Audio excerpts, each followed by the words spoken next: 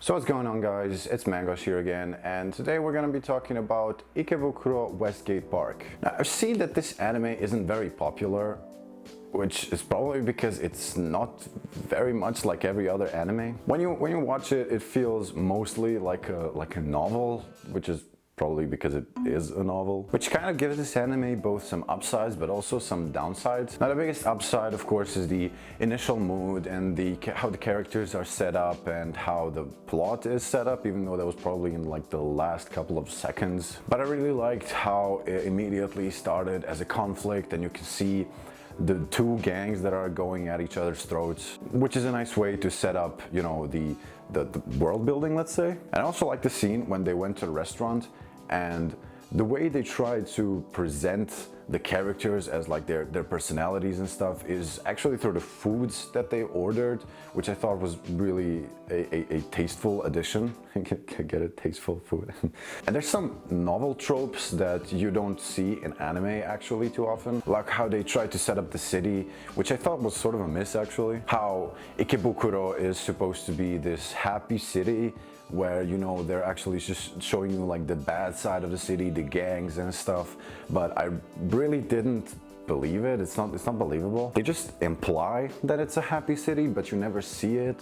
There's no contrast, you know, there's nothing to compare it to.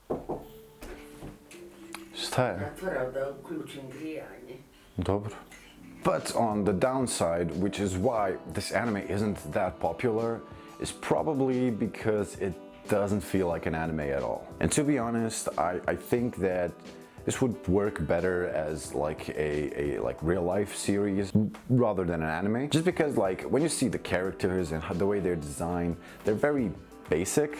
They try to do the anime thing where, you know, hair color and stuff like that, but to me it doesn't really work, and the characters feel rather bland as opposed to feeling natural. Now, I do want to say that the pacing is actually kind of good. I mean, it feels more like a series, like an episodical series, because the first episode is just like one plot in itself, where they chase the bad guy, which actually I thought was kind of a stupid plot. He talks about how, you know, he's helping the bad boys and pointing to the white-haired dude whose name I've forgotten as like you know, the boss hooligan or whatever he called him. But then the white dude turns around and he's like, oh, drugs are illegal, that's why they're bad.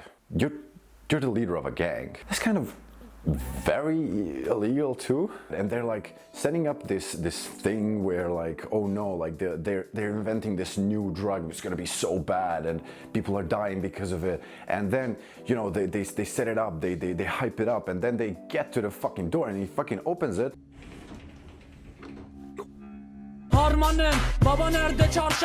It's weed. It's just weed. It feels like the guy being the leader of a gang is more illegal than growing marijuana, right? So I kind of liked the storytelling, as you know, it's a very watchable, to be honest, even though it seems kind of stupid. But at the end of everything, I don't really feel like it's that good, especially when you see the random like action and chase scenes that happen throughout the episode. They feel like they're there only to fill up the space in the episode, especially the scene where the girl just like throws a jar of drugs at the wall. That was so random.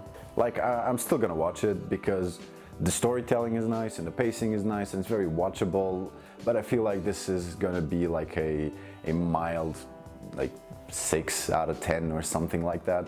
It feels like very standard like gang stuff going on, and that's it. So I don't know, did you think it was any better than I thought? Maybe leave it down in the comments below, and we'll see at the review. So yeah, see ya.